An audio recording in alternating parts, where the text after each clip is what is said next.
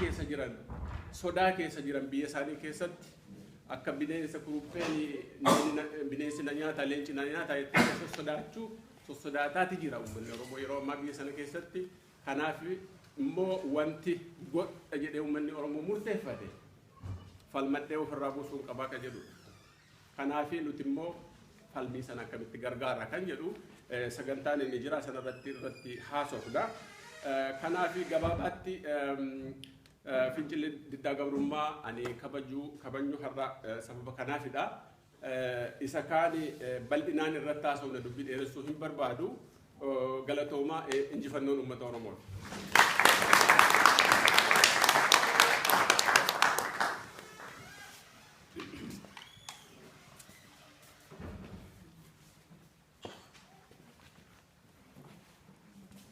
Kanatti aansee sagantaan keenya adda addisee waan nu himanii itti aansee dargaggoo keessaa obbo Huseenii fi Abdii Mohaammadii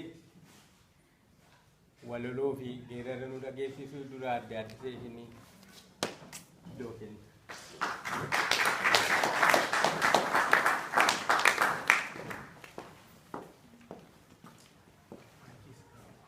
Duraan dursee qophee kana qophee warra qopheessanii fi galata guddaan isin itti dabalee kan inni har'a haasa'u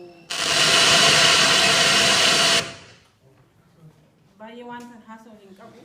Obbo Barsiisaan waan hundumaa wanta dubbatan fakkaata. Ani kan hin dubbadhu waldaa dubartoota Oromoo United Kingdom keessa jiran iddoo bu'een kan haasa'u. Amma fi ani dura buutu waldaa dubartoota Oromoo UK. Kanaaf iddoo isaanii bu'een kan inni haasaa kan godhu jechaadha. Dubartoonni fincila diddaa gabrummaa kana durumaa kaasanii akka isaanii hirmaattuu ta'anii hundumti keessan hin beektu. Innaa kan immoo jabeessuu qabna jechuudha. Dubartoonni diddaa gabrummaa keessatti hirmaattuu ta'anii lubbuu isaanii kan dabarsaa turan obboleessa isaanii wajjin, abbaa isaanii wajjin, abbootii isaanii wajjin, jaarsaaf jaartii wajjin hundumtuu wal qabatee diddaa gabrummaa kana irratti fincila gochaa ture. Du'aas turan lubbuu isaaniis dabarsaniiru. Kanaaf egaa maal inni kan inni dubbachuu barbaadu iddoo dubartootaa ta'ee jechuudha. Ijaaramuun hammam nu barbaachisaa akka ta'e, lafa jirrutti ijaaramuun akkam barbaachisaa akka ta'e, yoo ijaaramne immoo addunyaan hammam akka nu dhaggeeffachuu danda'u, yoo nuyi jabaanne yoo ijaaramne kan addunyaan kun illee nu dhaggeeffatu jechaadha. Yoo nuyi hin ijaaramne, yoo nuyi addaan faffacaane, yoo nuyi Oromummaa keenya hin beekne addunyaan kun illee nu beeku jechaadha. Sabi Oromoo hammam bal'aadha. Dubartoota kana keessatti hammam bal'aadha yoo inni 50-50. 50 harka 50 dhiira harka 50 dubartii. Innaa harki 50 dhiirri duwwaan qobaasaa hin geggeessu, harki 50 dubartoonni yeroo itti dabalanii dhibba ta'anii sabi guddaan kun jechaadha. Sabi guddaan Oromoon kuni sagalee godhachuu danda'a jechaadha. Yoo wal duukaa sarkaanfachuu dandeenyeef. Kanaafi ani kan hin jechuu barbaadu maalinni saba guddaadha Oromooni. Sabi guddaan kuni yoo ijaaramedha kan nuyi fincila kanallee diddaa kanallee diddaa gabrummaa kana keessaallee kan nu ba'uu dandeenyu jechaadha. Sabi keenya amma yeroo ammaa kana maal ta'aa jira? Hundi keessan hin beektu waan isaan ta'aa jiranii, du'aa jiru, ajjeefamaa jiru lafa jiranitti. Warri ajjeefaman kun immoo dubartii hin jedhamu, dhiira hin jedhamu, ijoollee hin jedhamu, jaartii hin jedhamu, hundumaarra jira jechaadha. Mootummaan amma jiru kuni xiyyeeffatee jira Oromoo fixuudhaaf, ajjeesuudhaaf lafa inni jirutti. Kanarratti egaa nuyi tokkummaadhaan jabaannee yoo wal barsiisne dubartoonni yoo ijaaramanii baratanii Oromummaa isaanii eenyummaa isaanii baranii yoo ka'anii fincila diddaa gabrummaa kanallee hin jabeessina jechuudha harka ol qabannee. Kanaaf egaa lafa jirrutti of ijaaruun hundumtuu hawaasaan ol ijaaruun lafa jirtanitti amma liirsiitti akka kana ol ijaaruun baay'ee barbaachisaa akka ta'e. Lafa jirrutti hookeetii jiru hundumaatti wal ijaarree dubartoonnis immoo wal ijaarree yoo baranne yoo wal barsiisne oromummaa keenya eenyummaa keenya yoo wal barsiisne yoo wal baranne duwwaadha. Dubartoonni yoo baranne duwwaadha kan waan baay'ee keessatti hirmaachuu dandeenyu. Amma dubartoonni hirmaattuu turan jennee dubbachaa jirra. Garuu dubartoota hammamtuu maqaan isaanii dhahamu seenaa keessatti. Kun maaliif ennaa inni dubartoonni keenya yoo dhumallee hirmaattuu diddaa fincila diddaa gabrummaa kanarratti hirmaattuu ta'anillee maqaa barumsaan hin fagaanneef siyaasa keessatti maanni guddina biyyaa keessatti hirmaachuudhaaf yookiin maqaa isaanii bal'isuudhaaf maqaa isaanii kaasuudhaaf hin jiran jechaadha.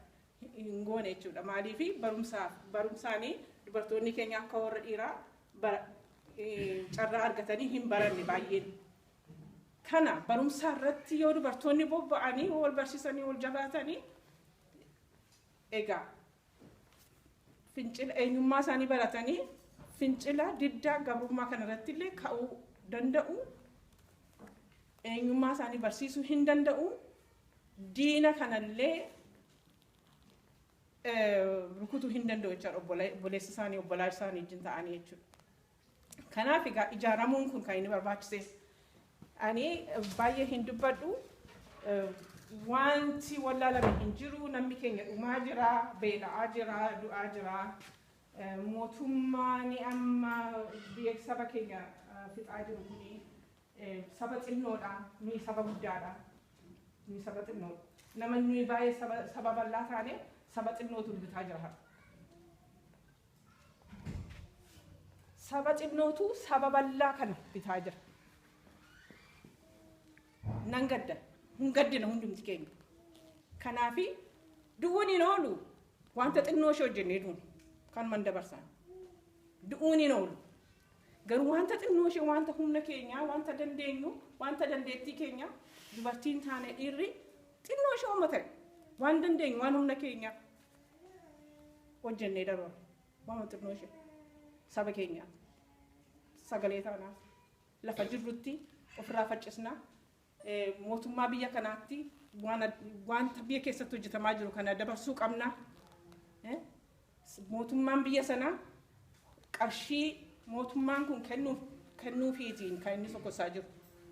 Kanaaf nu immoo yoo jabaannee sagalee keenya dabarsinee biyya mootummaa kanatti wanta hojjetamaa jiru biyya kana keessatti lookaal MP keenya bira deemnee waan adda addaa yoo dabarsinee amma xalayaadha waan tokko waan darbe jira. Isallee guunnee lookaal MP keenya biratti naa deemnee kunoo kana ta'aa jirenne hundi keenya yoo dubbanne jijjiirama tokko arguu dandeenya yaadaan karaa koo. Na wanti xinnoo hojjechuuni biyya keenyaaf wanta xinnoo bu'aa buusuuni waan guddaadha. Waan baay'ee hojjechuu hin dandeenya. Na every little helps jedha Tescoon.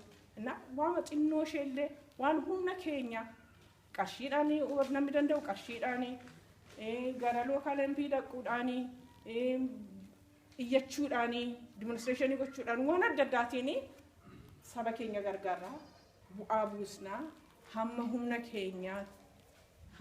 keenya hamma dandeettii keenyaatiin mee hin sokossinan jedhaan kanuma ergaan koo hundi keenya kottaa hin hojjenna kottaa tokkummaa keenya jabeessina eenyummaa keenya barra eenyummaa ofii baruun immoo oromummaa eenyummaa ofii oromummaa ofii baruun immoo waan guddaadha hundumaa keessa oromummaa isaa kan hin beekne oromoon baay'ee oromoo ta'ee oromummaa isaa kan hin beekne oromoon baay'ee kanallee barachuuni nurra jira jechuudha oromoo taanee ammallee taanaani gara abashaa sanaatti kan fiinnu baay'ee jira ani abashaa irraati waan hin qabu jibba hin qabu hundi keenya jibba hin qabna abashaa irraa sirna sanarraati kan rakkinni keenya sirna sana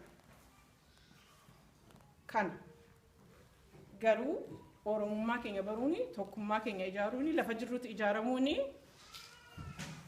fincila diddaa gabrummaa sanaa fi jabina ta'a jechuudha. Yoo tokkummaa keenya jabeeffanne duwwaadha. Kanumaan dabarsaa isinitti dheeressu kan biraa kan jedhu dubartoonni naannoo kanaa appilikeeshinii tokko fidee dhufeera. Sitti kennuu nan danda'a. Please foormii sana guutaati ilaalaa irratti mari'adhaati. Waldaa dubartoota Oromoo UK jedhamu kana keessatti akka membershipii miseensummaa akka seentanii fi isin gaafannaa tokkummaa keenya jabeeffannaa asumatti ijaaramtanii waldaa dubartoota UK keessa jalatti gochuun hin danda'ama. Dirqiitti London dhufuun isin dura jiru. Asumatti illee walitti qabamtanii asumatti ijaaramtanii namuma ripirezentii gootanii erguun dandeessu yeroo nama iddoo buustanii erguun dandeessu. Kanaaf kanuma ergaan koo ni dhuma. Fayyaa ta'aa waan dhaggeeffatu.